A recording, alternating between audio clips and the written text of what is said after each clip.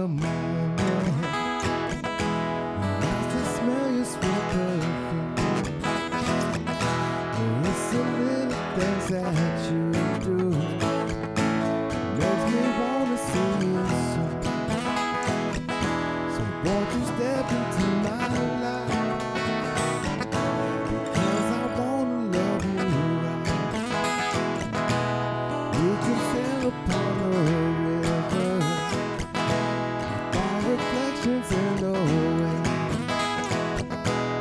Oh, you know I've had some bad ones. With you, see brighter days. So won't you step into my life? Because I wanna love you right.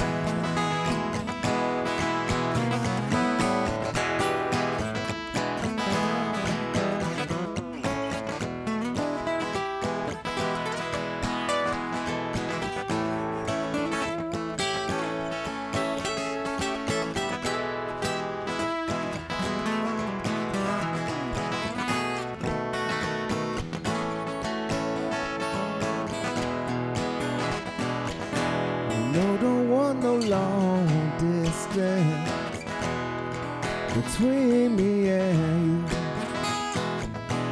Tell them other dead end streets that you found a road that's right for you. So won't you step into my life? Because I wanna love you right. Come on and step into my life. Because I wanna love you right. Come on and step into my life. Because I wanna love you right.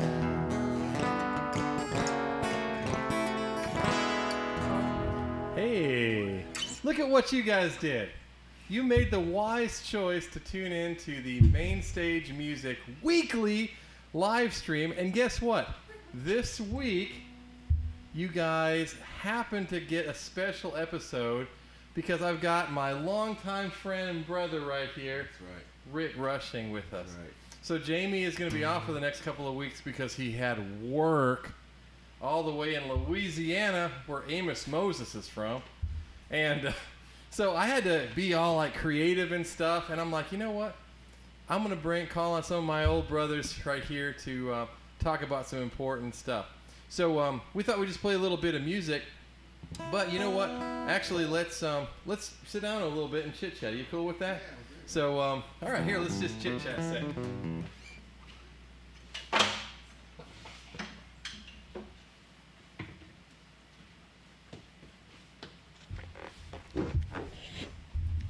Now, first of all, we'd like to thank you guys for watching.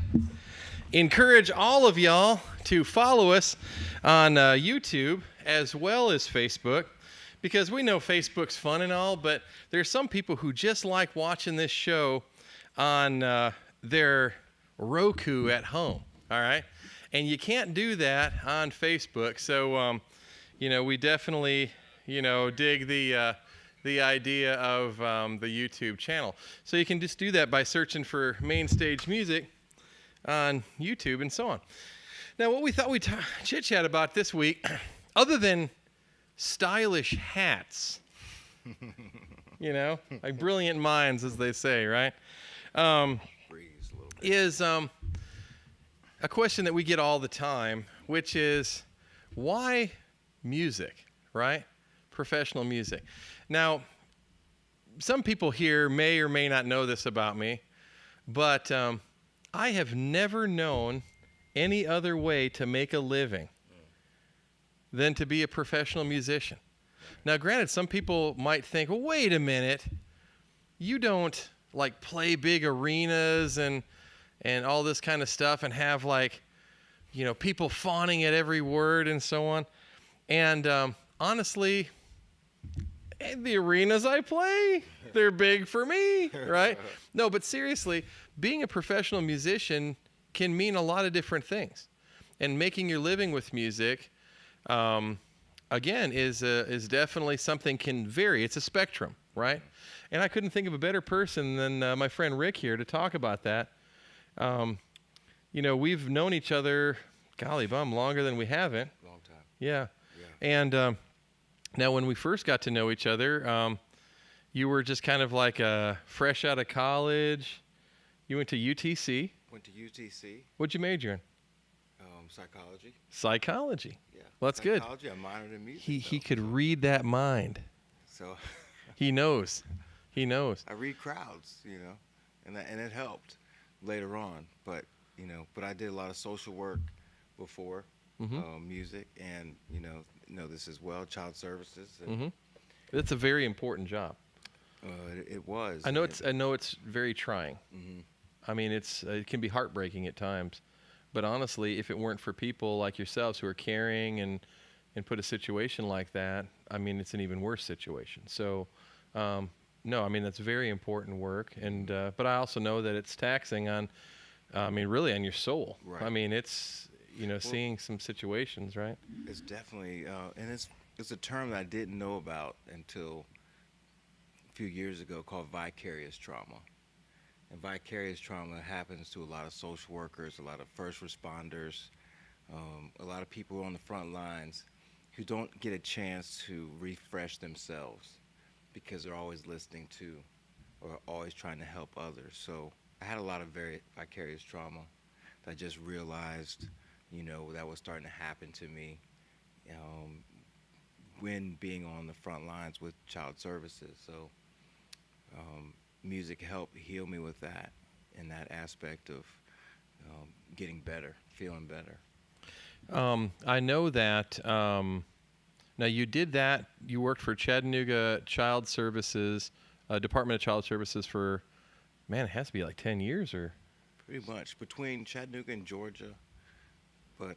So you did that quite a long time. Right. I have over about 17 years of inpatient professional work with child, adolescents, and families, casework, and it was just like you say, it's a work that not everyone's doing, but it's job security, it's giving back, and it's also you get to listen, meet a lot of nice people, help a lot of nice families, and I needed that resource growing up myself. So now, and I'm going to say this, and I have no background, okay? Like I just confess to y'all, I'm truly a professional musician. I did not go to school to be a professional musician.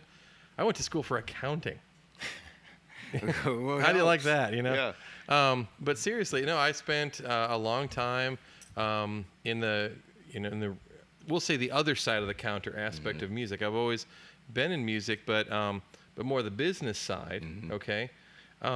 So I mean, you with a background in psychology, though, one thing I have to think is that you definitely, where you started was a lot different than where I started. I mean, you definitely started from more of an academic, let's call it the more traditional or orthodox way, go to college, find a career, follow that, and so on.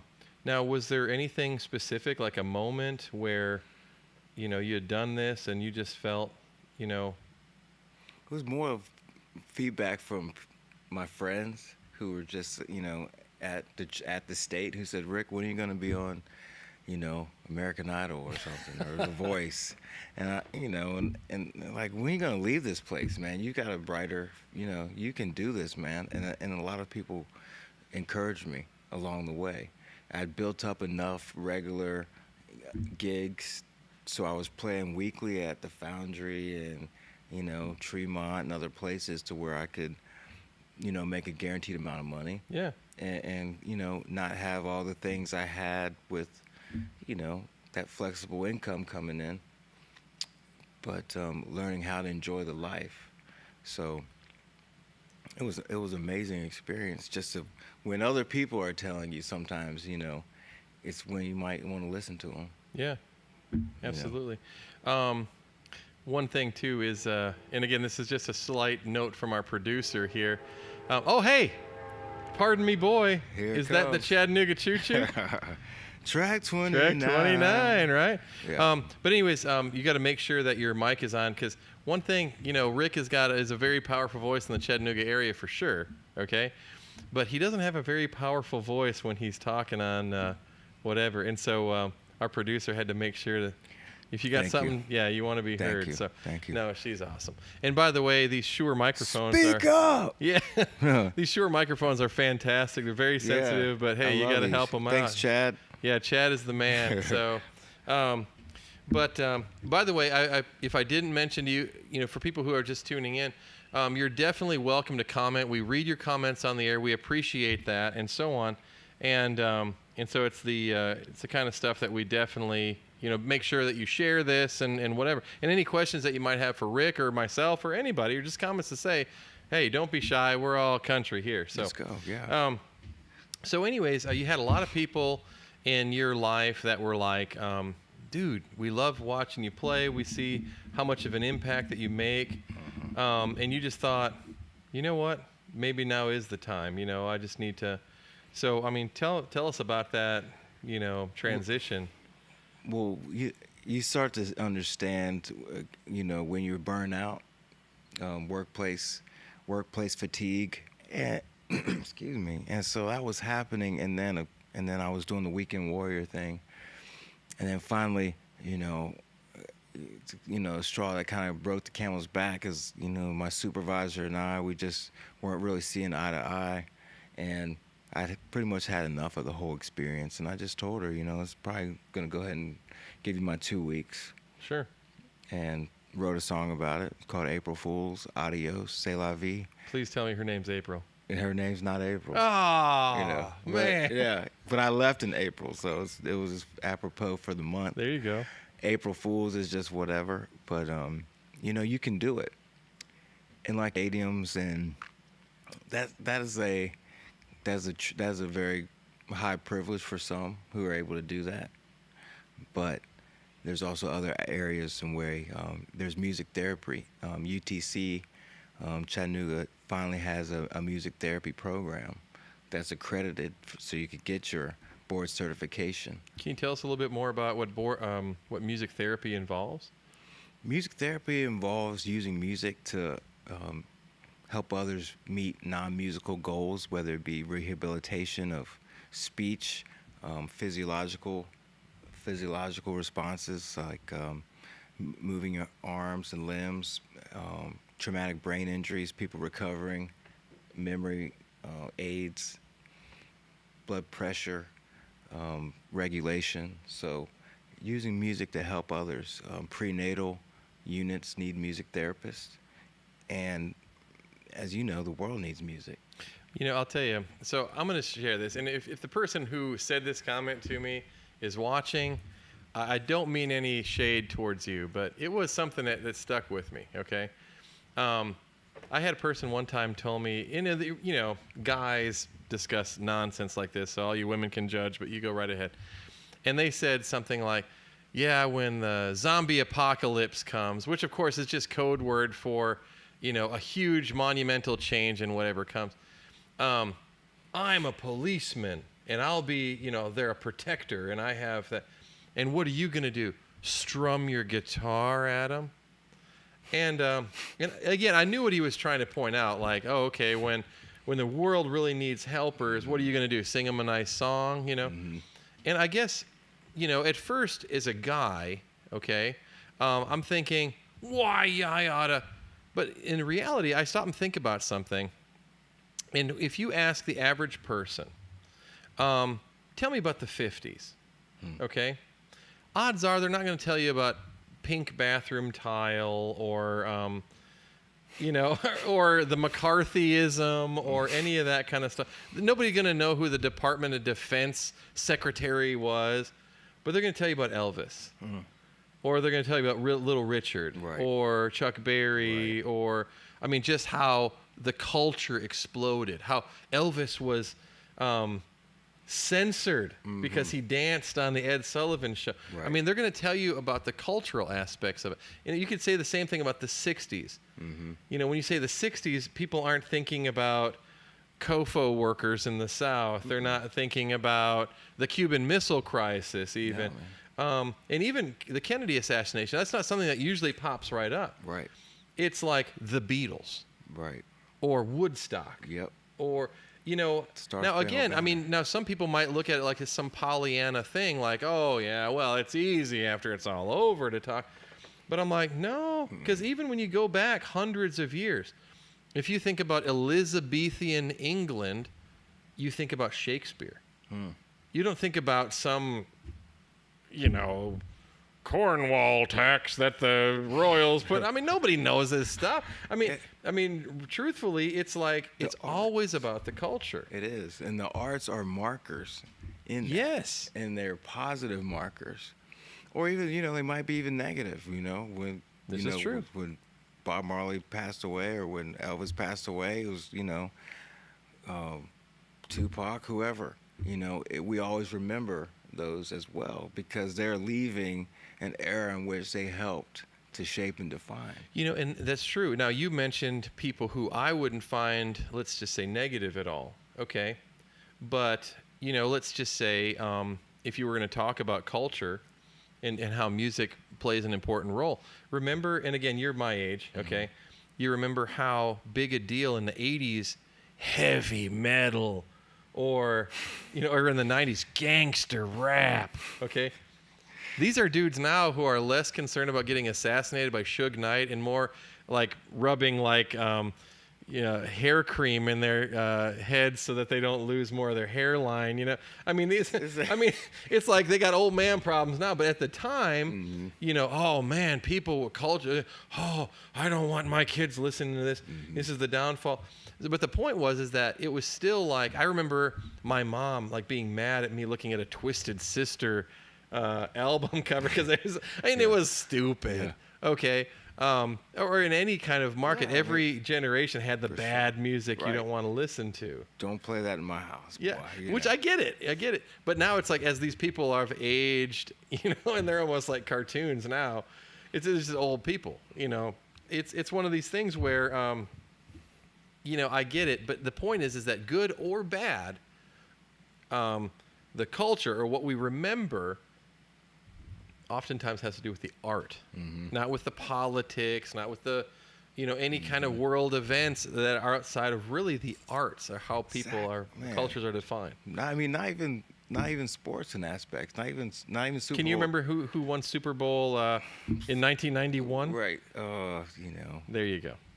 My thoughts exactly. Right. But I can tell you in 1991 who was on MTV. Unplugged or whatever. Yeah, no doubt. Yeah. I mean, so it's like, now again, we're musicians. I know you guys are all like, but the people on the Super Bowl get hyped too before they come out and perform? Musicians. Exactly. And artists, because the artists design the light show. I mean, what do you watch the Super Bowl for? Everybody talks about exactly. what? The halftime show. The halftime. It's the halftime show. It's almost become for, Yeah. So, I mean, I understand. And so, I mean, getting back to, now, of course, we're talking on more of a macro level, but, really I'm bringing it down to a personal level with you. So you had a college degree. You had a job with a pension track and blah, blah, blah. So, and of course, you had some we'll say friction in the workplace, which we all have probably experienced if you've had worked with other people. By the way, I want to read a comment. We've got Greg Sluter, who's, by the way, a very loyal watcher, and thank you, Greg, and very talented musician too. But he goes, as a kid, his fondest memories is what was playing on the record player at the house. Now, my kids, of course, know what records are, but I hope, Greg, that Ariel, his daughter, knows what a record is. Okay, because a lot of kids are like, "What are these things?" Right. How do I fit this into my phone? Or whatever. So dish. it's, and then he also says, music is my therapy. So, I mean, you were just talking about that. And of course, James Wood of Raven Studio Products said, you guys look great up there. Dude, what up? We look great everywhere. I mean, come on. Look at this.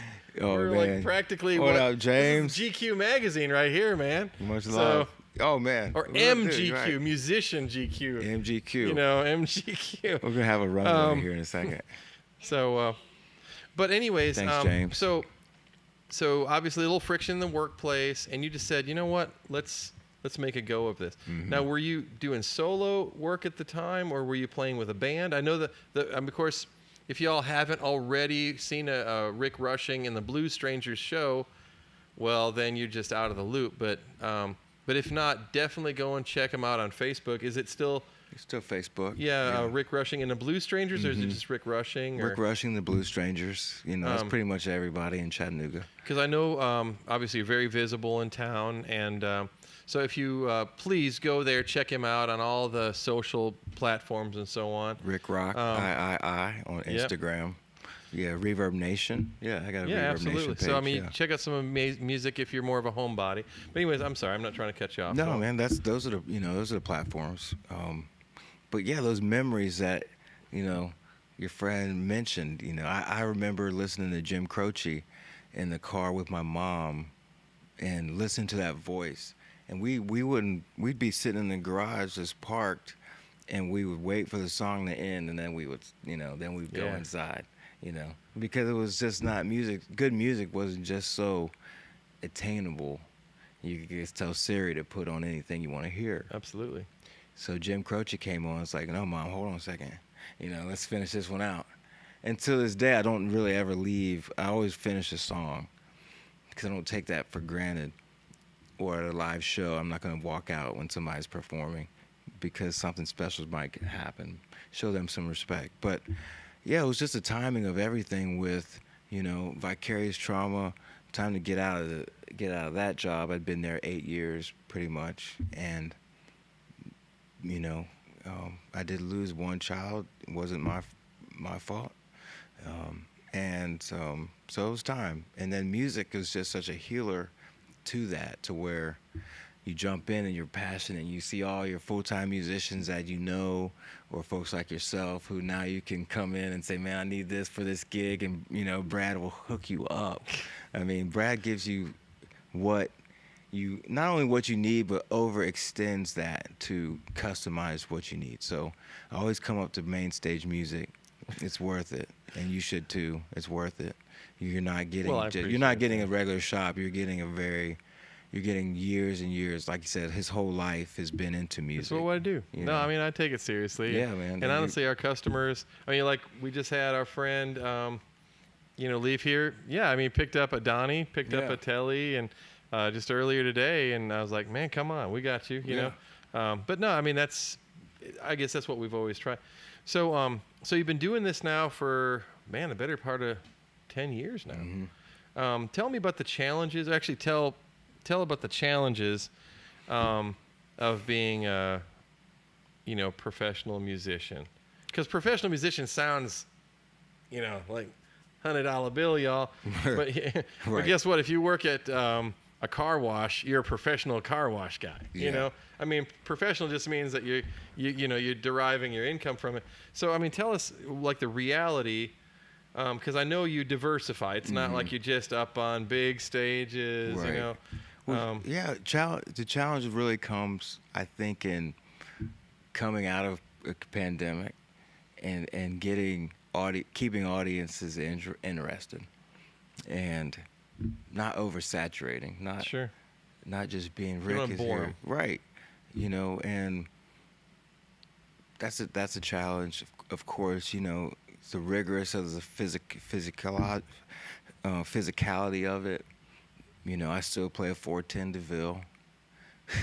It's a heavy amp. It sounds amazing. It sounds amazing, and I could play a Blues Junior, but I'll let my back tell me, when it's time to give it up.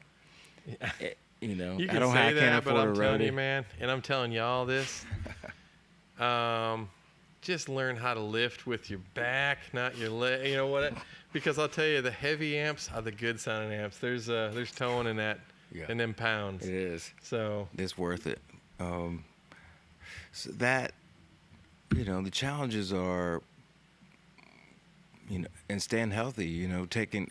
I talk soft because we played Monday Night Blues Jam last night, and I pretty much I sang the whole night, and so you have to recoup your vocal cords, you have to recoup your mind, you have to debrief from maybe what you learned that night, and it takes a couple hours to come back down from when you get off stage. That I think the Rolling, not everybody can have hot tubs, and I think the Rolling Stones, like Mick Jagger, would get in a hot tub or something. They say after a show or something, and that's great. But Sure. Other people just drink a beer and just sit and think about, wow, how'd that happen? Now, I know you've been working also with some the school systems, Yeah. teaching, helping younger people. Kind of tell us a little bit about that. How'd you get hooked up with that? Well, through University of Tennessee at Chattanooga, Mm-hmm. arts-based collaborative. I was invited to apply for a Wolf Trap teaching artist position, and we went through the training with teaching artists from the Washington, D.C. area, some master teaching artists that would help how we could use music to help the teachers in their classrooms, so which basically is also we're just helping teachers activate their artistry. So just like your memories in the car list of Jim Croce, your memories of your music teachers at school, it's the same principle. I went to school. I didn't miss a day of school until I got chickenpox in the 8th grade, and then so I went to school because of the music programs, and I felt like I could excel, and I felt like I was accepted in my music classes.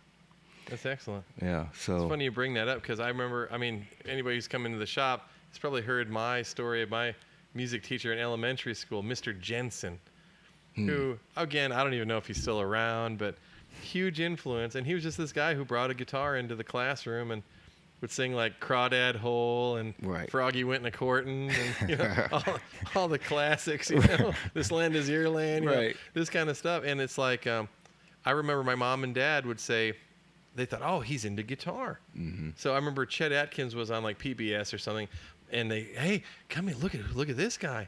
And I watched him like, he's Right. not as good as Mr. Jensen, because again, it's about impact. Mm-hmm. And Mr. Jensen, he was a connection with me, with a Exactly. young, He connected. person. Chet Atkins was a superstar on TV, but Right. and of course I didn't understand what he was doing with his Right. hands and stuff. The I just knew that magnitude. he wasn't connecting with me the same way Mr. Jensen was connecting with just strumming that big old Yamaha guitar and singing these songs that I Right. dig. And so I know that it's important to be connecting with young people. Right. That's And I know exactly that there's right. so much. There's so much that has to do with when you're young. I mean, we've talked just now about this Jim Croce and with your mom, and again, the memories we have and the experiences we have when we're young, regardless of what y'all think, it affects you throughout your entire life. No It doubt. affects how you react with other people, and so it's if we can help people at that stage, there's so much good that can be done. Mm-hmm. So If you don't see it as a youth, then, like you said, then you just might get to see Chet Atkins. Sure. And you say, well, that's what I have to do. I have to get on television. I have to play fast. I have to be that good. That's like when I heard Jimi Hendrix music from the first time, I said, I don't want to play guitar. No, I can never accomplish that. But everyone starts off as a novice. yeah, But you first, don't start off running. You start walking. You start off walking. You got to crawl before you walk, and so that's the thing about when you start off young and you get exposed young, and that's why the arts in school is important, because the quality of life can be improved on, and not thinking you have to make $1 million to have a quality life. You can make $45,000 and have a good impact with others. Yeah, I mean, money is relative. Numbers are relative. They are. And the other thing is that people can appreciate what they've got and not having as much. I mean, there's other people that you could be, just absolutely depressed and poor from like a philosophical standpoint and be the richest man on earth. But if you don't have that love and you don't have that culture, you've got nothing. Right. Well, these are important things, and again, I know that this might seem like kind of a softer topic or whatever, but I mean, I'll tell you, it's very telling. Now, so you play around town. So you mentioned a little bit about your blues jam. Let's talk a little bit about that. So it's Monday nights. It's Monday nights. We're at Wanderlinger Brewing Company. Wanderlinger Brewing Company. 12 Okay.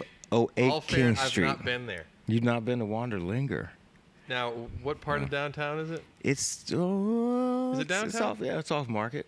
It's off Market Okay. Street. Yeah, it's kind of behind. It's by Moxie Hotel and the Goodfellas Okay, Pizza. gotcha. So it's back on this little corner. They had the pizza. Yeah. They had the first Wanderlinger Art and Music Festival this summer. We were Oh, cool. we got to play that, and So that's every Monday night. it's What every time do you guys Monday get night. started? We get started around 8. So what's the format like? So obviously you guys are up there.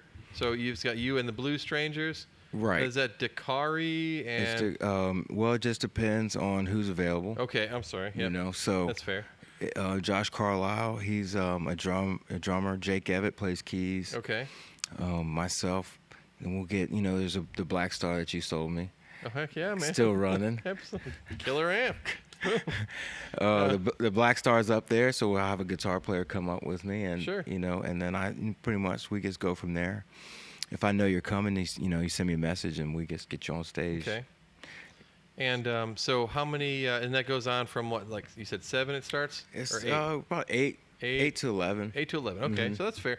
So you could get, your amateur band comes down and you're looking for that stage to kind of showcase, or at least hone that knife's edge. Try it out. By being nervous and be like in front of people. This didn't work. Hey, right? yeah. I mean, Right. it's best to do it. It's best to do it on a Monday night than on a Saturday. True. Yeah. And that's exactly kind of what I enjoyed about it, giving bands an opportunity to come and play on a hot stage. No, that's a big deal. Now, you used to do it at Songbirds. Now, I know Songbirds, COVID related, kind of had now they're coming back, and not quite as aggressive as they were, but Right. still we're happy to see that that's turning back around. Now, you also said that this Thursday you had a... We have a rescheduled date for the Chattanooga Theater Center. Ooh. Yeah. I love the Chattanooga. Yeah. Right down by Coolidge Park. Right there in Coolidge Park. It's So, going to be awesome place. bring your blankets or your chairs or both, and come check us out. The Chattanooga Theater Center, of course, is huge in Chattanooga arts history. No, it's a great place. Great Yeah, place. so yeah, I'm thankful for that. And Songbirds, I shot a little interview with them for their virtual museum that Okay. they're going to be having, and it's going to be very nice. And that's I like that they're doing artist Mm-hmm. guitars. Now, I mean, people know me. I'm a big guitar collector, okay? But the average guy, very big. the average guy doesn't know a 52 Telecaster Right. from a... It's pretty. Right. It's yellow. Yeah. Wow, that's not...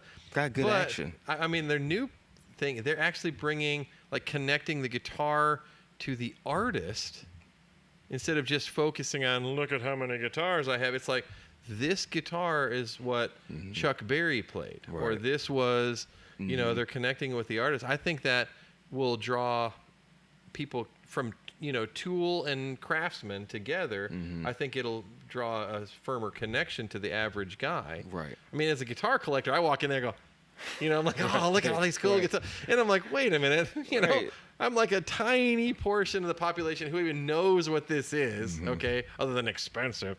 And I'm like, no, I want people you were to doing get it. write-ups in the L&M magazine. Well, I know that's what I'm old saying? hat, man. I mean, it's not, but it's just like, man, But just you were know that it's like- informing folks about this for a long time. But let me just tell you something. The reason I did that for a living was because I was passionate about it beforehand. So it's like I've always loved the history of guitar. My grandfather was into music, Yeah. and my grandmother was honestly just everything when it came to, and of course then my parents pushed it. But honestly, I've always loved the history of music and the connection, and then the tools, because guys we're physical. We like the tangible items, and so guitars and stuff like that are like, oh, this is neat. This is what Jimmy Page played on the. Okay, that's great. Right. And so you collect them. I love the history and so on. But I mean, But that being said, the average person who's looking at a museum, oh wow, they only made 35 of the ES330 and natural single pickup double cut. Nobody cares. Unless you're a weirdo like me, and it's like 4 of me in town. Right. That's it. That's it. You know, but Y'all get but together. now I like what they're doing is that they're connecting with the artists. Like, dude, this person played this guitar. Oh, that's so cool. You know.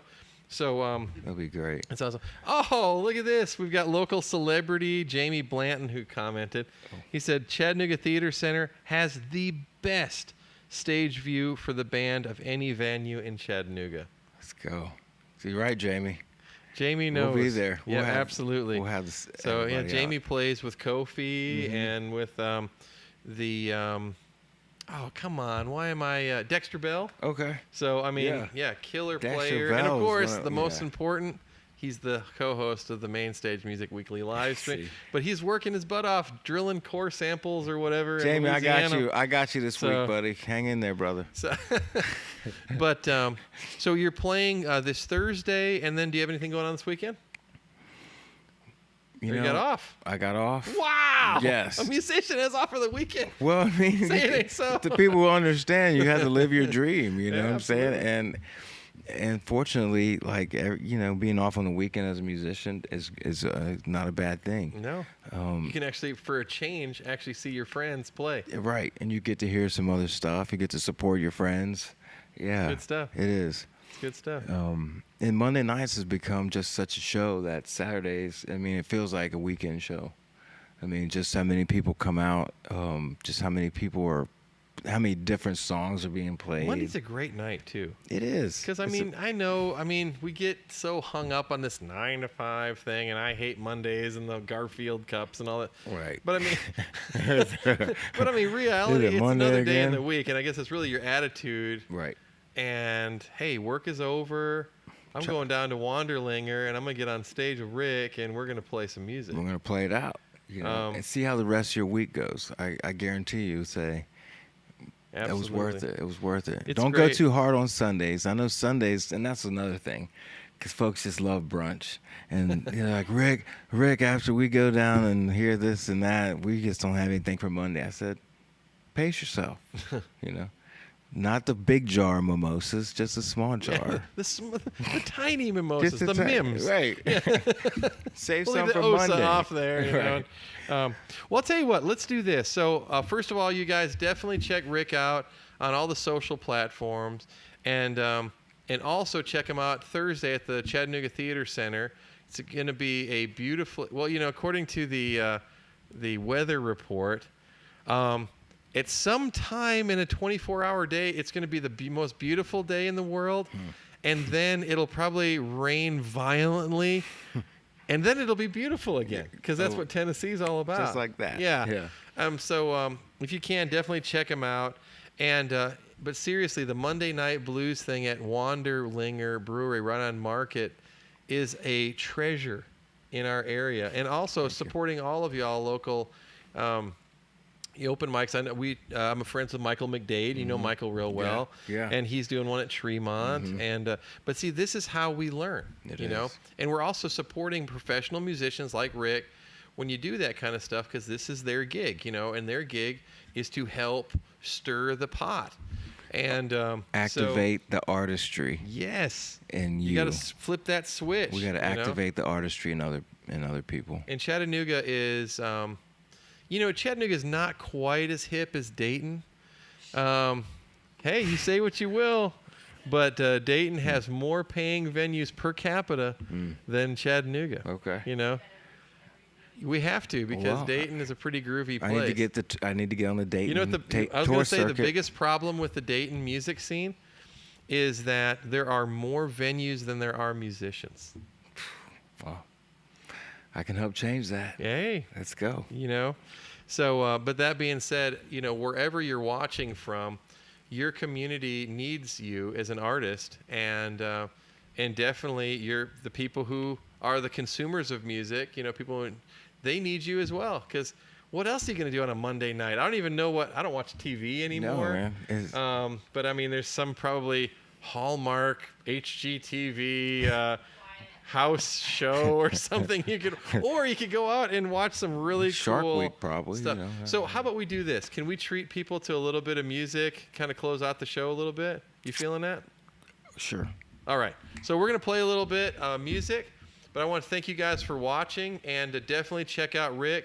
Check us out on absolutely Rick Rushing and the Blues Strangers on all the social platforms, and definitely support what it is that we're doing. Let's play a little music for these guys. Yeah, thanks for having me, Brad. Oh, you the man.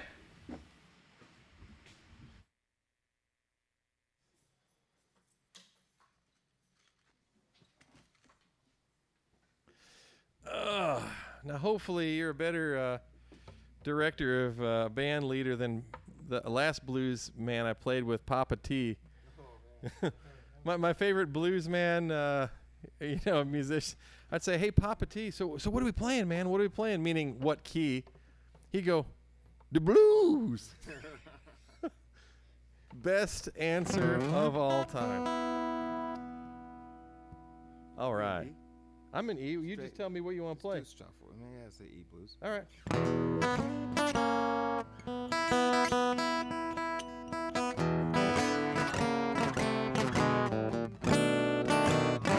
My baby, she said she's gonna catch the next train, head back out west, hug her mama again. So baby, don't be mean, I ain't got COVID-19. My baby, she said I can sit on the driveway, roll my window down, wave my hand and wave, saying don't be mean, I ain't got COVID-19.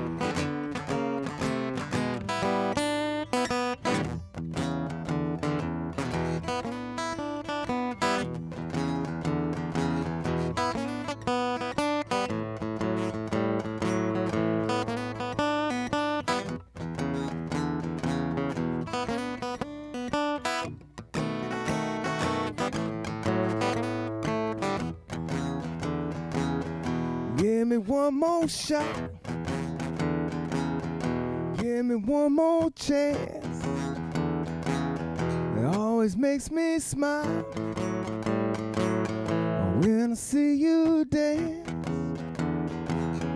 Baby, don't be mean, I ain't got COVID-19.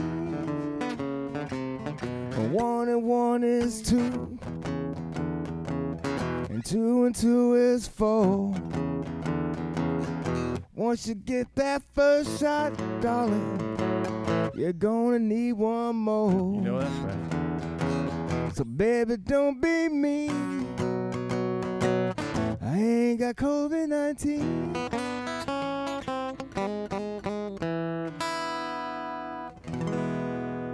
If you guys be careful out there, there's a lot of sick. Nobody wants to get sick. So be safe. We love you. And just check us out next week. But again, thank you so much for Rick for coming. Definitely check us out on check Rick out on all the social platforms. But again, thank you guys so much for coming. Peace.